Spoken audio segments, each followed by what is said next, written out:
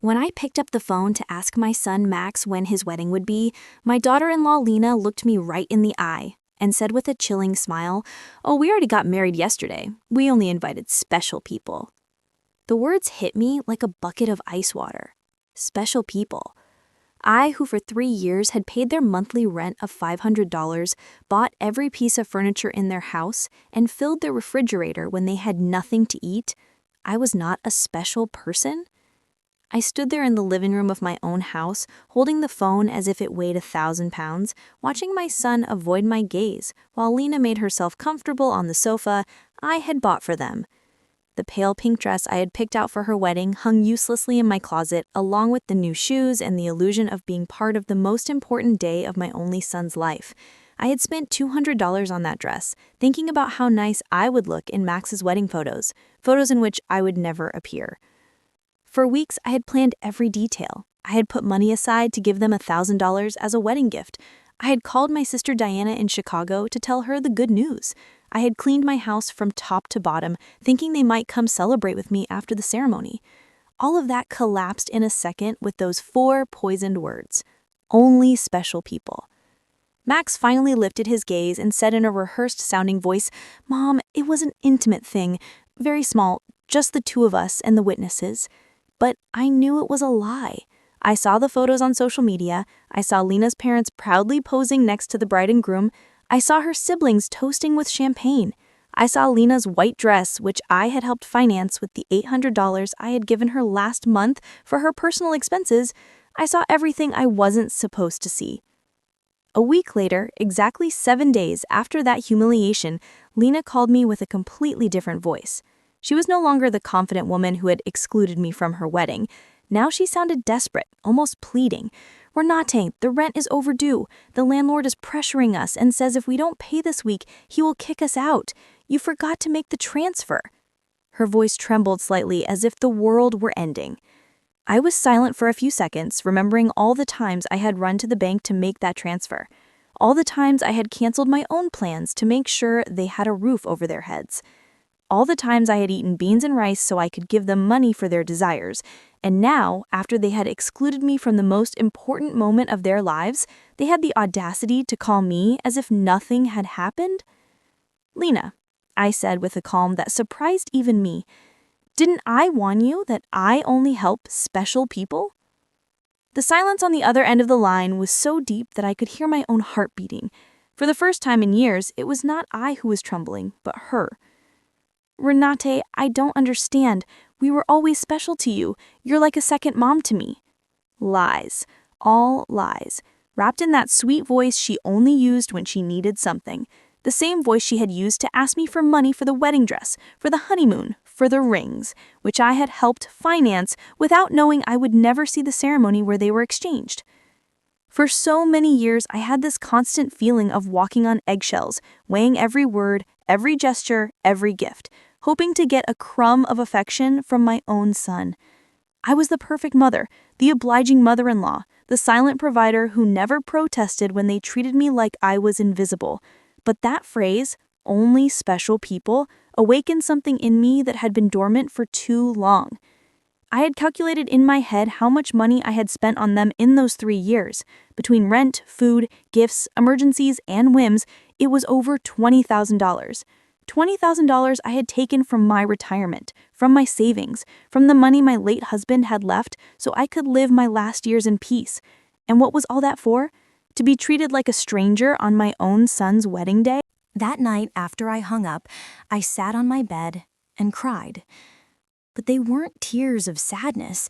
They were tears of anger, of accumulated frustration, of years of silently endured humiliation. I cried for all the times they made me feel that my love was a burden, my presence a hindrance, my money the only thing I had to offer. I cried for the foolish mother I had been, for the woman who had lost herself trying to be indispensable to those who considered her dispensable. When I woke up the next morning, something inside me had changed. It was not just the pain of betrayal, it was something deeper, colder. I stood up and looked at myself in the bathroom mirror. The same tired eyes as always, the same wrinkles that told stories of years of giving love without getting it back. But there was something else in my gaze, a hardness I didn't recognize, a determination that had been buried under years of compliance. I went to the kitchen and made coffee, as I had every morning for 40 years. But this time, I didn't think about calling Max to ask how he had slept. I didn't check my phone in anticipation of a message from him apologizing for the previous day's humiliation. For the first time in a long time, I was my own first concern of the day. I sat at the table where I had so often planned surprises for them, counted bills for their expenses, and cried silently when they treated me with indifference. Now, this table would be a witness to something completely different. I took out my checkbook, my bank statements, and started to do the math. I wanted to see in exact numbers the extent of my own foolishness. Monthly rent of $500 multiplied by 36 months was $18,000. Food and supplies, approximately $200 a month, was another $7,200. Birthday gifts, Christmas gifts, anniversary gifts, at least $3,000. Lena's medical emergencies, $800. The car loan they never paid me back, $2,500. The air conditioner repair in their apartment, $600. The living room furniture, $1,200. $33,400. That was the exact sum of my generosity. $33,400 I had wasted from my husband's inheritance, from my pension, from the savings I had put aside penny by penny for decades of honest work. All that money thrown out the window to keep two adults comfortable who couldn't even pretend to respect me.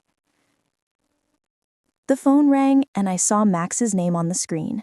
Normally, my heart would have pounded as I ran to answer, hoping he would finally apologize and explain that everything had been a misunderstanding. But this time, I let it ring once, twice, 3 times.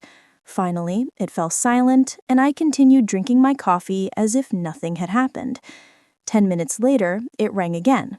This time, it was Lena. I let it ring too. Then a text came from Max. "Mom, please answer. We need to talk." I deleted the message without replying. At 2 in the afternoon, I decided to go for a walk. I hadn't done that in months without a specific purpose, without an errand related to them. It was always the bank for transfers, the supermarket to buy them something they needed, the pharmacy for Lena's medications. Today, I went for a walk just because I wanted to. I walked past the park where I had often taken Max as a child. I remembered that sweet boy who hugged me tight and said I was the best mom in the world. When had he become this man who treated me like an ATM with feelings? When did I start confusing love with money? When did I start to believe I had to buy my own son's affection? At the bank, where I had so often made automatic transfers, I stopped in front of the door. The branch manager, Mr. Klein, saw me through the glass and waved. I had known him for years. He had processed every one of my transfers to Max and Lena. He had watched my account drain month after month to fill theirs. I went inside and walked directly to his office. "Mr. Klein," I told him, "I need to cancel the automatic transfers I have programmed." He looked at me surprised. For 3 years, these transfers had been as regular as the sunrise. "Are you sure, Mrs. Richter? Did something happen?" His concern was genuine, more genuine than any interest Max had shown in me in recent months. What happened is that I finally opened my eyes. I want to cancel everything, and I also want information on how to protect my accounts. I don't want anyone else to have access to my money. While Mr. Klein processed the cancellations, my phone didn't stop ringing. Max, Lena, Max again. It was as if they had developed a radar to detect when their source of income was in danger. I turned the phone off completely. "Mrs. Richter," Mr. Klein said as he handed me the papers, "I apologize for intruding, but in all these years, I have seen you be very generous with your family. I hope you're not being pressured to make these changes." His words touched me deeply. This man, who barely knew me beyond bank transactions, showed more genuine concern for my well-being than my own son. I'm not being pressured, Mr. Klein. On the contrary, I have finally stopped pressuring myself. When I left the bank, I felt strangely light, as if I had left an enormous burden in that office. For the first time in years, my money was entirely mine. I had no financial obligations to people who saw me as a resource instead of a person. I went home and thought about all the things I hadn't done to please Max and Lena. The trips I hadn't taken to save money for them, the friends I no longer saw because I was always available for their emergencies, the hobbies I had given up because every dollar I spent on myself was $1 less for their needs. When I got home, I found 3 cars parked in front of my door: Max's, Lena's, and one I didn't recognize. I could see movement inside my house through the windows. My blood ran cold. They had keys. I had given them keys because I trusted them, because I thought they would one day take care of me just as I had taken care of them. I took a deep breath before opening the door. It was time for the first real confrontation of my new life. I opened the door to my house and saw a scene I will never forget. Max was sitting on my sofa with his head in his hands. Lena was pacing back and forth like a caged animal, and an older man I didn't know was going through papers on my dining table. My papers, my personal documents. "What is happening here?" I asked in a voice that sounded louder than I expected. All of them looked at me as if I were the intruder in my own house. Lena was the first to speak, and her voice had that desperate urgency I had already heard on the phone. "Renate, thank God you're here. We need to talk. Mr. Fisher is from the law firm we consulted about your situation." My situation? The question came out of my mouth with a calm that surprised me. What situation? I'm doing perfectly fine. Max finally lifted his head and looked at me with those eyes that once belonged to an innocent child and now only reflected financial panic. "Mom, we went to the bank and they told us you canceled all the transfers. Mr. Klein explained that you also blocked our access to your accounts. We don't understand why you did that." Mr. Fisher, a man in his 50s in a gray suit and a smile that didn't inspire confidence, approached me with an outstretched hand. "Mrs. Richter, I am Dr. Fisher, a family law attorney. Your children are concerned about your mental well-being and have asked me to assess the situation." I didn't shake his hand. Instead, I went directly to my dining table and collected all my documents that he had been reviewing without my consent. "These are my private papers. You have no right to look at them without my consent." "Mom," interjected that condescending voice he had perfected in recent years, "we're worried about you. Your behavior has been very strange lately. First, you financially cut us off without an explanation. Then you don't answer our calls. We think you might need professional help." Lena approached and tried to take my hand with that fake tenderness she reserved for moments when she needed something. "Renate, honey, we know you're under a lot of stress. Maybe the loneliness is affecting you more than you think. At your age, episodes of confusion are normal." The word confusion echoed in my head like an alarm bell. Now I understood why they had brought the lawyer. It wasn't about helping me. It was about declaring me mentally incompetent and taking control of my finances. The same woman who had told me they only invited special people to their wedding was now treating me like a senile old lady. "I am not confused," I said with a firmness that silenced everyone.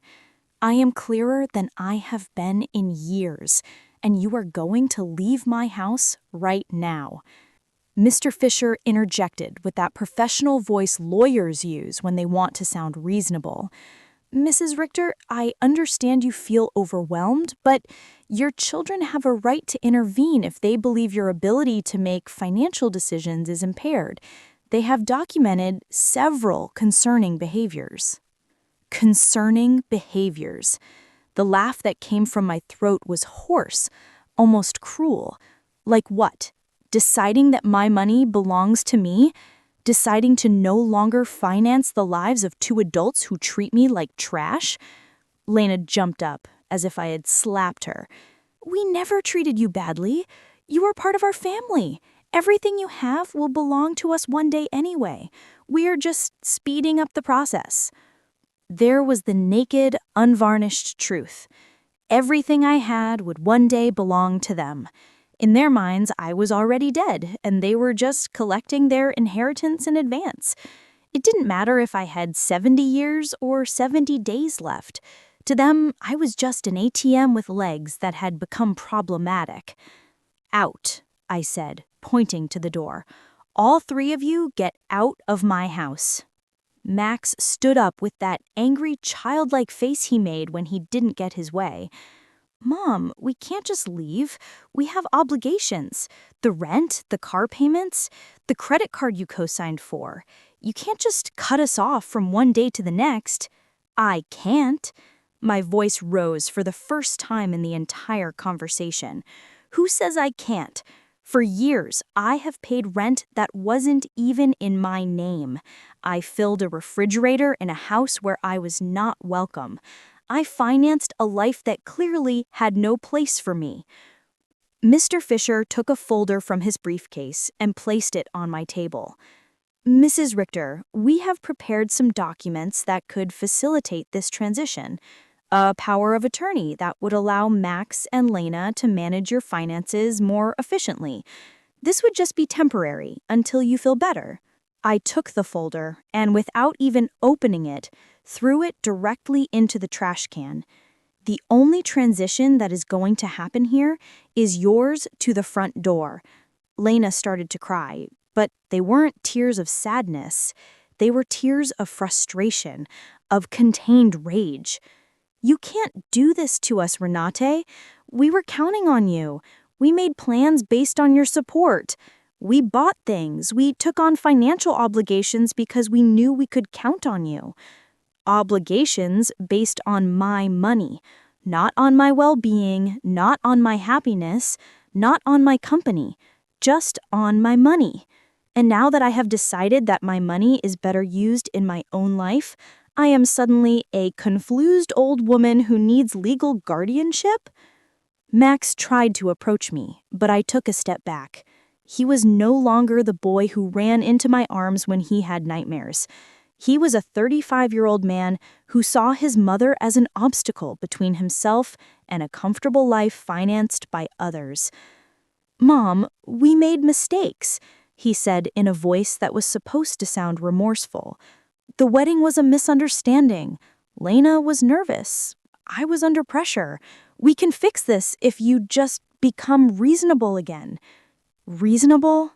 The word tasted bitter in my mouth. Being reasonable means continuing to pay for your life while you treat me like a stranger? It means pretending it doesn't hurt to have been excluded from the most important day of my only son's life? Mr. Fisher packed his papers with the efficiency of someone who is used to having proposals rejected. Mrs. Richter, this is not over. Your family has legal options. If you are indeed making irrational decisions due to mental health problems, a judge can determine that you need guardianship. His words were like a blow. I realized this was not just a manipulative family visit. It was a real legal threat. They wanted to declare me incompetent to manage my own affairs? Mr. Fisher, I said, looking him directly in the eyes, I suggest you do your research thoroughly before you threaten a 71-year-old woman who has managed her finances flawlessly for 40 years, who raised her son alone after the death of her husband, who ran a household and worked honorably until retirement, and who, until last week, financially supported two completely capable adults. Lena stopped crying and looked at me with a coldness that finally showed her true face. This won't stay like this, Renate. We have rights and lawyers too. Perfect, I replied. Hire all the lawyers you want. With your own money, of course, because mine is no longer available to finance your legal tantrums.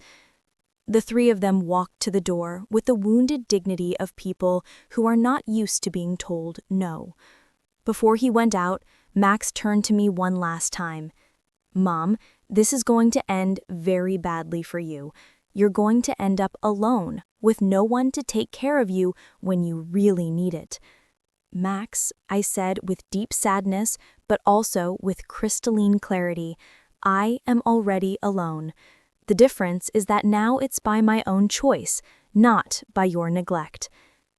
As I closed the door behind them, I stood in my living room, surrounded by the most beautiful silence I had heard in years. It was the silence of freedom.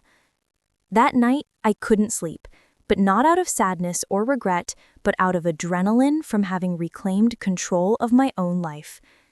I lay awake in bed, planning my next steps like a general preparing for a battle. If Max and Lena wanted to fight, I would give them a war, but it would be a war I would fight with intelligence, not with emotion. At 6 a.m., I was already dressed and ready to go. My first stop was the office of attorney Mr. Weber, a man I had met years ago when I was handling my husband's will. Unlike Mr. Fisher, whom Max and Lena had brought, Mr. Weber had an impeccable reputation and specialized in protecting the rights of the elderly. "Mrs. Richter," he told me as I explained the situation, "what your children tried to do yesterday is more common than you think. It's called elder financial abuse, and it's a federal crime. The fact that they entered your house without permission and reviewed your private documents also constitutes a violation." His words both calmed and worried me. They calmed me because they confirmed I wasn't crazy, that what had happened was truly abusive. They worried me because I realized the situation was more serious than I had thought. "We have to document everything," Mr. Weber continued. "Every transfer, every gift, every time they pressured you for money. We will also change your will to protect your assets from future manipulation attempts." We spent 3 hours reviewing my financial records. Mr. Weber whistled when he saw the total sum, $33,400 in 3 years. "Mrs. Richter, with this money, you could have lived comfortably, traveled, and enjoyed your retirement. Instead, you completely financed the lives of 2 adults who didn't even respect you enough to invite you to their wedding." When I left Mr. Weber's office, I had a complete plan. First, I would change all the locks on my house. Second, I would install a security system with cameras to protect myself from future surprise visits. Third, I would open a new bank account at a different bank where they had no contact. And fourth, I would start living the life I had postponed for years. My next stop was the hardware store. The owner, Mr. Sommer, had known me for years because I was always buying things to fix Max and Lena's apartment. This time was different. "Mrs. Richter, what brings you here today? Another emergency with your son?" he asked with the familiarity of a person who had silently witnessed my wasted generosity. "No, Mr. Sommer, this time it's for my own house. I need to change all the locks and I want them to be of the best quality." He looked at me surprised, but asked no questions. While I was choosing the locks, his son, Ethan, who installed security systems, came by. It was Providence in action.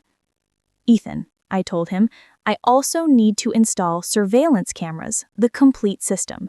The price is no issue." While they were preparing everything for the installation the next day, I received a call from an unknown number. It was Lena, calling from someone else's phone because I had blocked her number after the previous day's confrontation. "Renate, it's Lena. Please don't hang up. We need to talk like civilized adults." "Speak," I said dryly. "Listen, I understand you're upset about the wedding.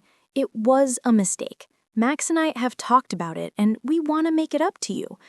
How about we have a special dinner to celebrate our wedding with you? We can do it at your house, cook together like we used to." The manipulation in her words was so obvious that I almost had to laugh. "Lena, how much rent do you owe exactly?" The silence on the other end confirmed that I had hit a nerve. Well, it's 2 months. $1,000 total. But I'm not just calling for that, Renata. We really miss you in our lives. Do you miss me or my money? I asked directly. Both, she replied with a surprising honesty. Renata, I won't lie to you. Yes, we need your financial help, but we love you too. You're important to us. If I'm so important, I said, why wasn't I important enough to be at your wedding? Why am I not important enough to get a call that doesn't ask for money? When was the last time you called me just to ask how I was doing?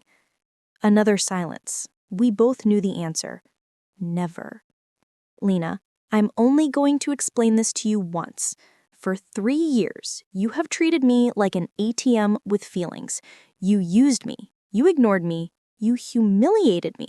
And finally, you insulted me in the worst possible way.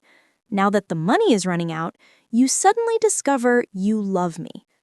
Renata, please. I cut her off. There is no please. You made your choice when you decided I wasn't special enough to be at your wedding. Now I'm making mine. I hung up and turned the phone off completely. I didn't want any more interruptions on my day of liberation. That afternoon, I went to the beauty salon I hadn't been to in over a year. I always canceled my appointments because Max or Lena needed something urgent, or because the money I had set aside for myself became an emergency for them. Mrs. Richter, my favorite hairstylist, Cynthia, called out, "What a surprise! I thought you had forgotten us." I didn't forget you, Cynthia. I just forgot that I also deserve to be pampered. You treated myself to the full treatment. Cut, color, manicure, pedicure. For the first time in years, I spent money on myself without feeling guilty. While Cynthia worked on my hair, she told me about her life, her children, her dreams. It was refreshing to have a conversation that didn't revolve around Max and Lena's needs. You look beautiful, Mrs. Richter, she said when she was done. But more than that, you look free. Did something good happen? Yes, Cynthia. I finally learned to say no. When I got home that afternoon, there was a car in front of my door that I didn't recognize. My heart raced for a moment, thinking Max and Lena might have come back with reinforcements. But as I got closer, I saw an older woman sitting on the steps of my porch. Mrs. Richter, she asked as I got out of the car. Yes, that's me. Can I help you? I'm Eleanor Brooks. I live next door. We've been neighbors for years, but we've never had a chance to talk. Yesterday, I heard very loud voices in your house, and I got worried. Is everything okay? Her sincere concern touched me deeply. Here was a stranger who showed more interest in my well-being than my own son. Come in, Mrs. Brooks. I'll make you a coffee, and I'll tell you a story you won't believe. While I was making coffee, I told her the whole situation. Eleanor listened without interrupting, nodding occasionally, and when I finished my story, her eyes were filled with tears. Mrs. Richter, she said, you did the right thing. I went through something similar with my daughter 5 years ago. I also thought it was my duty to finance her adult life. I also believed they wouldn't love me if I didn't give them money. What happened? I cut off the money when I realized they only called me when they needed something. At first, it was terrible. They threatened me, emotionally blackmailed me, tried to make me feel guilty. But after 6 months, my daughter called to genuinely apologize. Now we have a real relationship based on love, not on money. Her words gave me hope and confirmed that I had made the right decision. Do you think Max and Lena will understand one day? Maybe yes, maybe no, she answered honestly. But that's no longer your responsibility, Mrs. Richter. Your responsibility now is to live your own life. That night, for the first time in 3 years, I went to bed without worrying about whether Max and Lena had money for rent, for food, for their whims. I went to bed thinking about myself, my plans, my future, and I slept better than I had in years. The next day, Ethan and Mr. Sommer came at 8 in the morning to change the locks and install the security system. While they worked, my phone didn't stop ringing from unknown numbers. Lena was still trying to contact me from different phones, but I had developed a new skill, completely ignoring calls that didn't suit me. "Mrs. Richter," Ethan said as he installed the cameras, "this system will give you absolute peace of mind. You can see from your phone who is coming to your house, even when you're not here, and if someone breaks in without permission, an alert is automatically sent to the police." The irony was not lost on me. I was installing a security system to protect myself from my own son, but it didn't hurt as much as it used to. It was simply a practical measure to maintain my newfound peace. While they were working, I decided to do something I hadn't done in years: call my sister Diana in Chicago. We had lost touch because every time we talked, I would tell her about Max and Lena's successes, about how much money I had spent on them, about how proud I was to be able to help them. I now realized that our conversations had become financial reports disguised as family news. "Renaid," Diana answered, surprised. "Sister, how are you? We haven't spoken in months." "I'm good, Diana, better than good. I'm calling you to tell you that I've finally come to my senses." I told her the whole story from the beginning.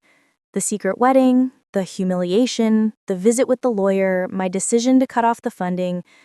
Diana listened to me in silence, and when I was done, her answer surprised me. "Renata, sister, it was about time. Every time we spoke, it broke my heart to hear you brag about how much money you gave them, as if love could be measured in dollars. I wanted to tell you something, but I didn't know how." "What did you want to tell me?" "That Max never spoke lovingly about you when I saw him at family gatherings. It was always, 'My mom helped me with this,' or 'My mom bought me that,' but never, 'I miss my mom,' or 'I love my mom.' It was as if you were a service provider, not a person." Her words hurt, but it was a necessary pain. Like when a doctor cleans an infected wound, it hurts, but it's part of the healing. "You know what else I noticed?" Diana continued. "Lena always spoke about you in the future tense. When Renata is no longer here, we can remodel her house, or when we inherit, we will invest in the business. As if they were waiting for you to die to really live." This revelation hit me like a bucket of ice water. They didn't just see me as an ATM, they saw me as a temporary obstacle between them and their money. While I was trying to make them happy, they were planning their future without me. After talking with Diana, I sat in my kitchen processing all this information.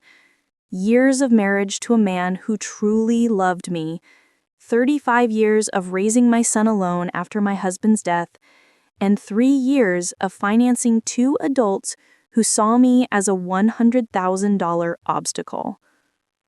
The doorbell rang, and on the new cameras, I saw it was Eleanor with a mug in her hands. I opened the door, and she handed me a fresh brewed coffee. "I thought you might need some company after everything you told me yesterday," she said with that sincere smile I had already come to appreciate. We sat in my living room, and Eleanor told me more details from her own experience. "My daughter said the exact same thing to me that Lena says to you. 'You're like a second mom to me. We're special to you. Everything will be ours one day anyway.' Those are rehearsed phrases, Mrs. Richter. They learn them from the Emotional Manipulation Handbook." "Do you think such a handbook exists?" I asked half-jokingly. Not officially, but it seems everyone reads from the same book. Chapter 1 is Make Her Feel Indispensable. Chapter 2 is Create Constant Financial Emergencies. Chapter 3 is When She Resists, Question Her Mental Health. We laughed, but it was a bitter laugh. It was both funny and tragic to recognize such predictable patterns in our own children's behavior. "Did you ever feel guilty for cutting off the money?" I asked Eleanor. "Every single day for the first 3 months," she answered honestly. "But then I started to see the results. My daughter had to get a second job. Her husband stopped playing golf every weekend and started looking for extra work. They learned to live within their means. And more importantly, they learned that I was a person, not a resource." That afternoon, I decided to do something I had postponed for years: visit my husband's grave. I always made excuses not to go because Max or Lena needed something urgent, or because the taxi fare was better invested in one of their emergencies. The cemetery was quiet and beautiful. Robert's grave looked a bit neglected because I hadn't been there to clean it in months. I sat on the grass next to his headstone and talked to him as if he were alive. Robert, my love, I think I lost myself for a while. After you left, I put all my energy into Max. I wanted to be the best mother in the world, thinking somehow he would grow up without a father. But I think in the process, I forgot to be myself. The wind blew gently, and for a moment, I felt like he was listening to me. Our son has become someone I don't recognize. Or maybe he was always like this, and I didn't want to see it. His wife is, well, you know how she is. The money you left for me to live peacefully, I spent it taking care of them. But not anymore, my love. I have learned. I cleaned his grave, replaced the withered flowers with new ones, and stayed there for another hour, simply enjoying the peace. For the first time in years, I was not in a hurry to get home to solve a crisis for Max and Lena. When I got home, there were 3 cars parked in front of my door again. My heart raced, but this time I was prepared. The camera showed me that it was Max, Lena, and 2 other people I didn't recognize. Everyone seemed agitated, talking to each other and pointing at my house. I didn't get out of the car. Instead, I called Mr. Weber, my lawyer. Mr. Weber, they are at my house again. This time, they've brought more people. What should I do? Don't get out of the car, Mrs. Richter. I'll be there right away and I'll call the police. After our conversation yesterday, I requested a temporary restraining order. They are not allowed to be on your property. Minutes later, Mr. Weber and 2 police patrol cars arrived. I watched the officers talk to Max and Lena, saw my son gesticulate angrily, saw Lena crying again, but this time her tears did not move me. One of the officers approached my car. "Ma'am, you can get out safely. Your visitors are going to leave immediately." As I got out of the car, Max shouted at me from the street, "Ma'am, this is ridiculous. We're your family. You can't call the police on your own son." "Max," I replied, with a calm that surprised me even, "family doesn't threaten lawsuits for mental incompetence. Family doesn't break into people's homes without permission. Family doesn't treat their mothers like ATMs." Lena screamed from across the street, "You're going to pay us everything you owe us. We have bills you co-signed for. You can't just abandon us like this." Mr. Weber interjected, "Mrs. Schuster, any future communication must be through my office, and I suggest you consult with an attorney before making collection threats because my client has full documentation of all the payments she voluntarily made for 3 years." I watched them drive away in their cars, defeated, but not giving up. I knew this wasn't over, but for the first time in this situation, I felt confident. I had professional help. I had emotional support from Eleanor. And more importantly, I had mental clarity about what was right and what was wrong. That night, Eleanor invited me to her house for dinner. I met her daughter, who was visiting, and I was able to see with my own eyes what a healthy family relationship looked like. They spoke respectfully to each other, asked sincerely about each other's lives, and laughed together. The daughter didn't ask for money once the entire evening. I wanted that with Max too, I confessed to Eleanor after her daughter had left. "And maybe you'll get it one day," she replied. "But first, he has to learn that you are a person who deserves respect." That night, Eleanor invited me to her house for dinner.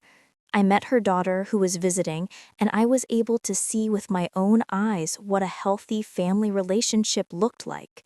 They spoke respectfully to each other, asked sincerely about each other's lives, and laughed together.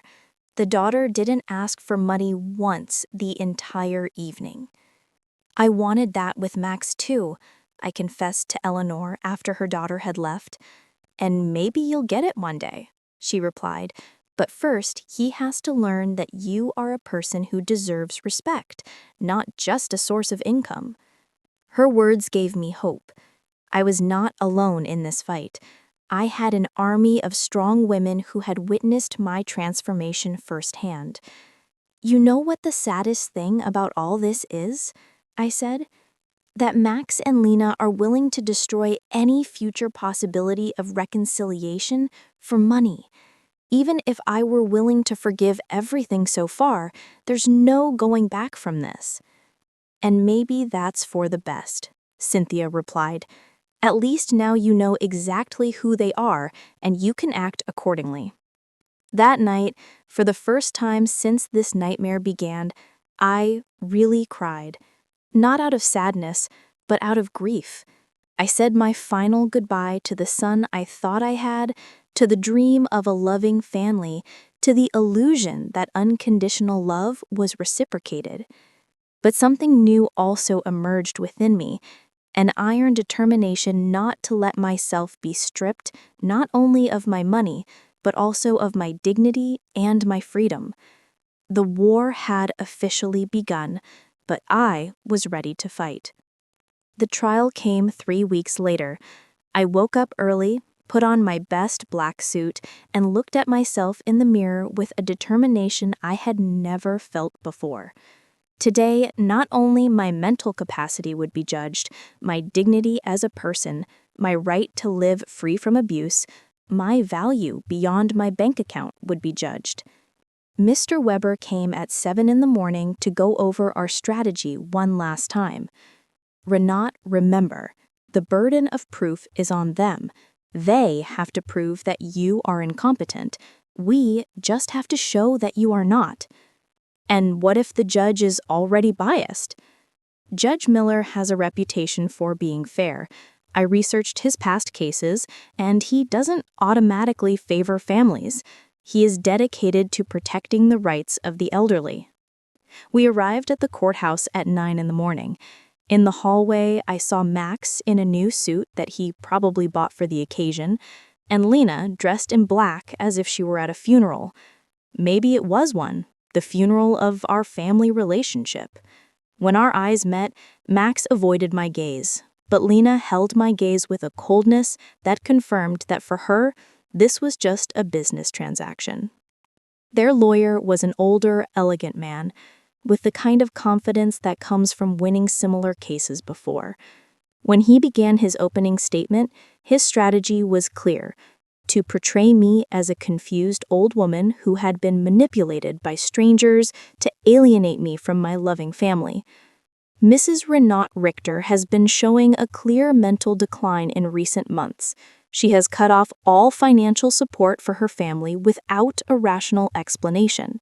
She has installed unnecessary security systems due to paranoia and has isolated herself from her loved ones under the influence of neighbors and lawyers who are obviously taking advantage of her vulnerable situation. His words, carefully chosen, made my self-empowerment sound like dementia and my freedom sound like external manipulation. Then they called their witnesses. Lena was the first to testify, and her performance was Oscar-worthy. She cried as she described how I had completely changed, how I had become hostile and paranoid, how I had isolated myself from the family that loved me. Your Honor, Renat has always been like a second mom to me. Seeing her mental decline has been devastating. We just want to help her get the care she needs. Lies wrapped in convincing tears. When Mr. Weber cross-examined her, the cracks in her story began to become visible. Mrs. Schuster, can you tell the court when was the last time you called my client without asking for money? Lena stammered. Well, we always talked about many things. Can you give me a specific date? I don't remember exact dates. Is it true that you and your husband got married without inviting my client? It was a very small ceremony. Is it true that when my client asked about the wedding, you told her that you had only invited special people? Lena's face turned red. Those words were taken out of context. What would be the right context to tell your mother-in-law that she is not a special person? She couldn't answer convincingly. Max was next. Seeing him on the witness stand swearing to tell the truth while preparing to lie about my mental health was one of the most painful moments of my life.